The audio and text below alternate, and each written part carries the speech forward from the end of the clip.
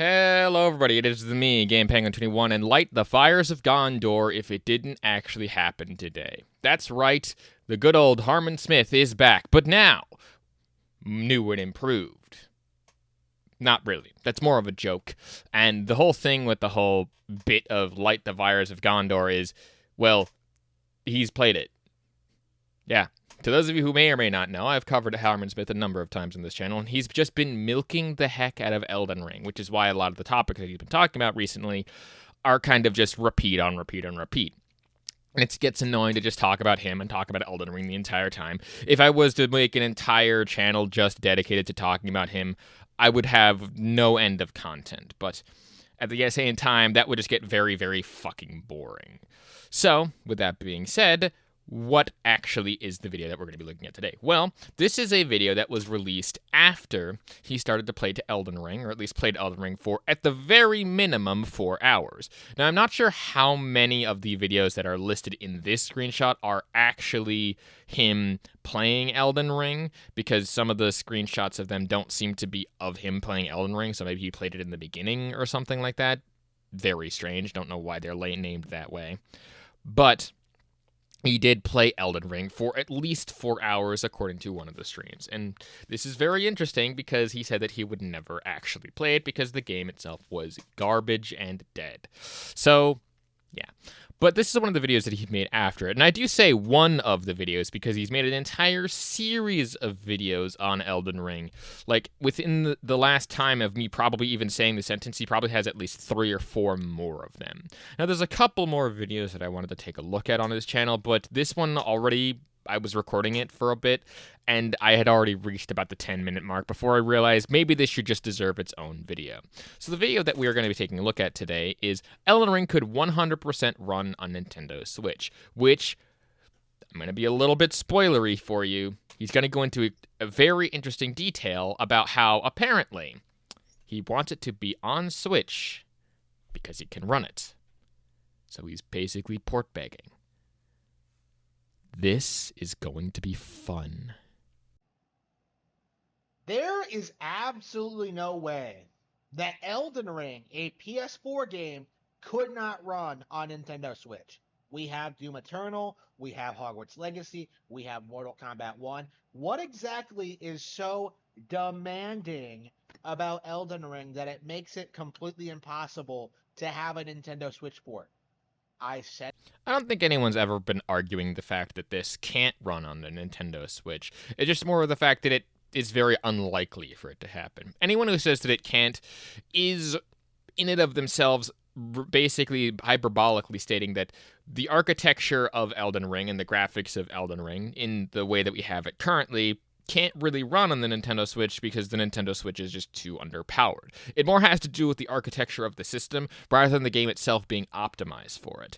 Now, the game itself could, technically speaking, be optimized for it, but much like how The Witcher 3 or, again, in a very weirder context, Mortal Kombat 11, I believe, both of those games were severely downgraded to such a degree that Mortal Kombat 11 got frickin' clowned on Twitter for at least a day or two with the port for the Nintendo Switch.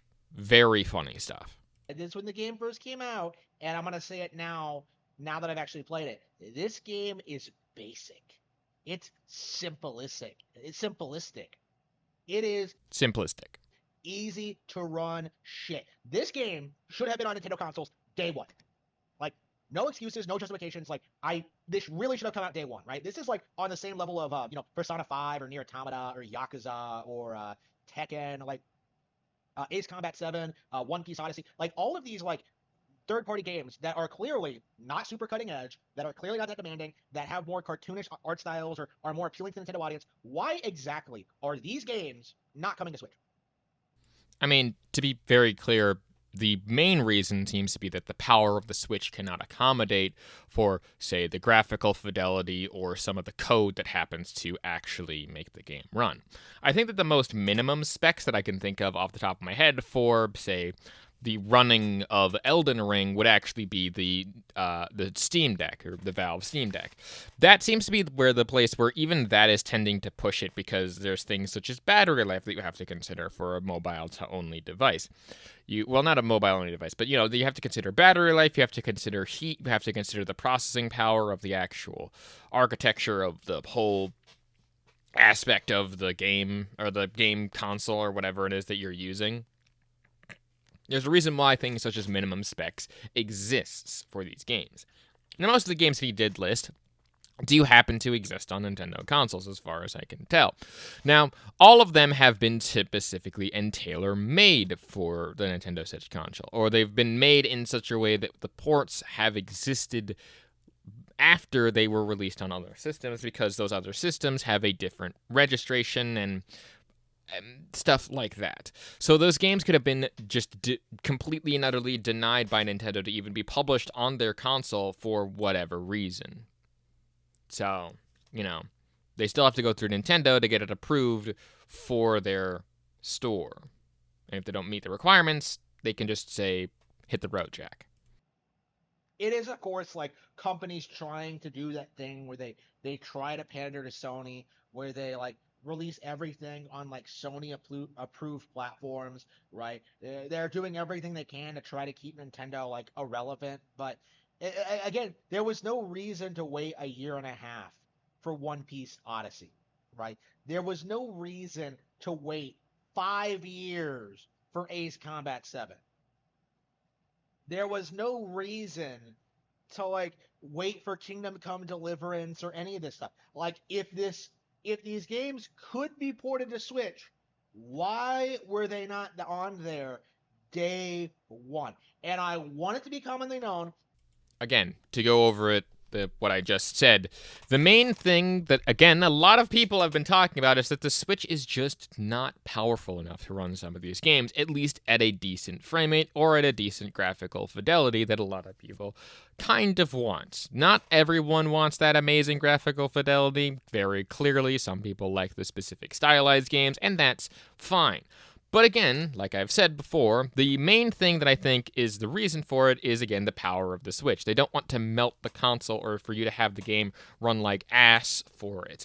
And for specifically, since we're going to go on to run From Software for this, they didn't want the game itself to be hindered by the fact that since it's like a multiplayer game as well as a single player game, and the multiplayer elements are more asymmetrical, kind of, not really, it's, you know what I mean, the multiplayer elements aren't like the greatest, but even still, if you were to try to even run just the single player stuff, you would have a hard time running it, because again, things like, it's not, how do I explain this in a simple manner without trying to blow people's minds here? Tears of the Kingdom is more demanding than Elden Ring. There's way more going on in the open world. The enemy AI is better. The bosses are more interesting. The environments are more well thought out. The world is bigger and more interesting. Like, there's actual color in Breath of the Wild. An unheard of thing in Elden Ring. Like, the frame rate is better. Like, the combat is more fluid. You won't hear Elden Ring fans ever admit that, but that sigh is how I feel about that whole statement that he just said. To basically sum up most of his points, the performance is definitely not better on the Nintendo Switch, like, versus Elden Ring, because Elden Ring can run, I believe, up to like 60 frames per second, maybe even more than that, because again, it's on PC and places like that with very few uncapped frame rates. If it's on console, it might be just limited to 30 frames a second, though you might be able to get like a performance mode to get 60 frames. Unsure, because I'm not sure about the console version. However, the graphical fidelity and the stylization of the game really comes down to a more matter of opinion, talking about things such as color palettes and graphics and what's going on in the open world. You can fight like a giant dragon that comes down from the sky and destroys like a ruin for no fucking reason. And, there's Placidusax, which is a giant boss arena with like lightning and a lot of moving parts. You fight a jar that has some interesting combat mechanics and stuff. It's almost like, right? It is almost like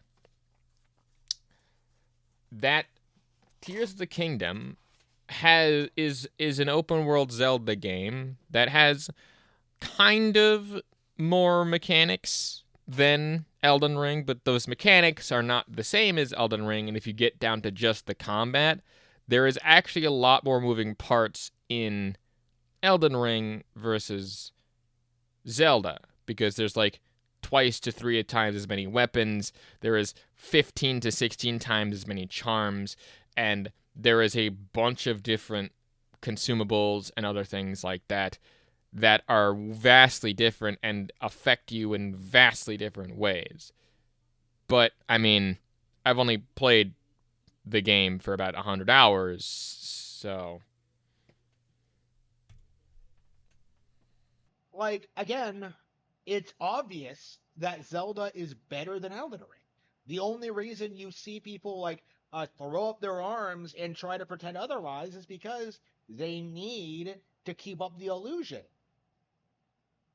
They need to justify other consoles existing. And again, if you start and think about it for even like 2 seconds, you realize that like the progression of the refusal for third parties to develop for Nintendo Switch makes no sense, considering it is the market leader, considering it does have the best Nintendo games. Like, what exactly are companies gaining by religiously releasing everything on Xbox, PC, and PlayStation, but not Nintendo Switch? I mean, you kind of answered your question again there, because you have 3 to 4 other platforms there that have the combined total of about, 70 to 80 to 90%, maybe even less than that. Maybe, well, I'd say around like 70 to 80% of the entire gaming market laid out for you right there. What?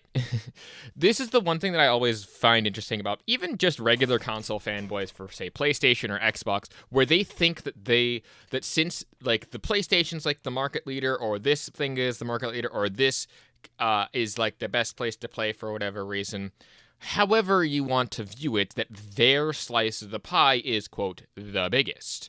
That's not true, because if we were to actively look at like player numbers and stuff, literally the mobile market makes up about 80% of the whole gaming market. I know that I said that same thing for like PC and other stuff, but like in the comparison of percentage between the groups that we've said, I think that the other ones take up a far more percentage, is what I'm saying. Percentages are weird. But like when you think about it and you understand that Harman, like how do I explain this to someone who clearly just doesn't want to gain any new knowledge? It's fascinating to me how Harman can sit there, play a game like Elden Ring, actually find some enjoyment out of it, and then continue to make the videos trashing on the game, and now port begging for the game. Like, literally what he's doing is port begging right now. He's like, there's no reason for this to run on this, so you should port it over now. Like, that's the whole point of this video. There's only like 40 seconds left, so we'll let that play out. But I don't think that I really have more to say on this, but we'll just hear the rest of him out, just in case. It isn't due to horsepower. And even if it was, like, all they would have to do to get around it was just develop for Nintendo consoles first. There is no justification for how these corporations are acting. And it is up to the investors and the consumers to demand that Nintendo fans get third-party releases day and date. There is no reason for Baldur's Gate 3 and Elden Dingaling to not come out day and date with the other versions. Like, these games should have Nintendo Switch ports.